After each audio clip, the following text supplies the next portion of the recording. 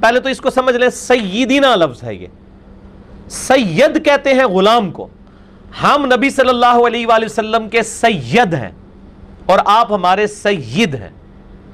مرشد کہتے ہیں جس کو ہدایت دی جائے، ہم آپ صلی اللہ علیہ وآلہ وسلم کے مرشد ہیں اور آپ صلی اللہ علیہ وآلہ وسلم ہمارے مرشد ہیں۔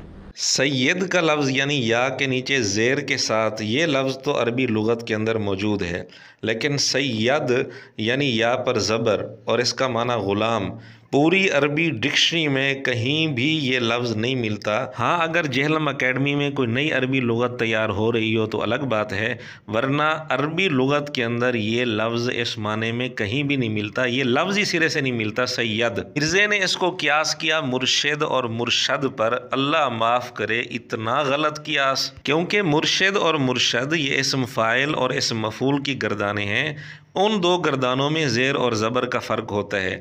باقی سید کا لفظ صفت مشبہ کا صیغہ ہے، مرزے نے صفت مشبہ کو قیاس کر لیا اسم فاعل اور اسم مفعول کی گردانوں پر۔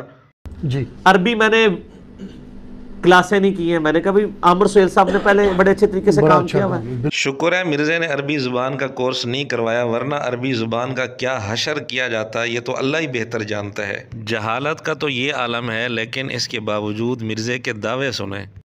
جو زبان سے قتال کرے وہ مومن ہے، جیسے میں قتال کر رہا ہوں زبان سے، قتال کے لیے ضروری نہیں ہاتھ ہو، دیکھیں نا کیسا قتال ہے، زبان سے ہی سارے علماء ذبح ہو گئے ہیں۔